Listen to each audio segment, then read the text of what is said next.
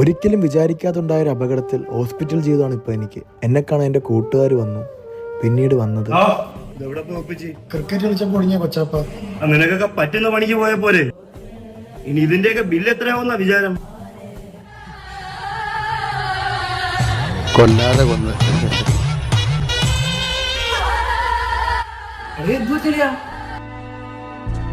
നിന്റെ കണ്ണി കുരുവാ, കൈയൊടുത്ത കണ്ണില്ലേ നീ? ആക്ടിങ് കൂടുന്നില്ല.